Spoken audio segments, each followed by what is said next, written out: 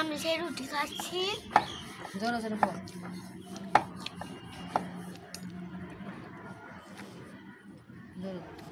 খুবই মজা হয়েছে, আপনারাও বাসায় বানিয়ে খাবেন, খুবই ভালো লাগবে।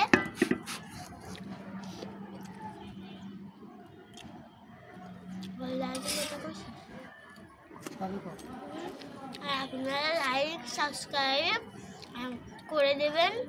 আর যে ফেসবুকে ভিডিও আসে ওইটা দেখে একটা ফলো দিবেন আর কমেন্টে জানাবেন আমাদের ভিডিও কেমন লাগে।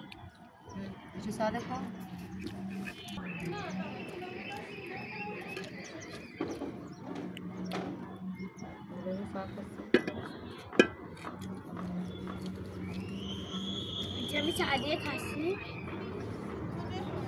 চা দিয়েও ভালো লাগছে খুব।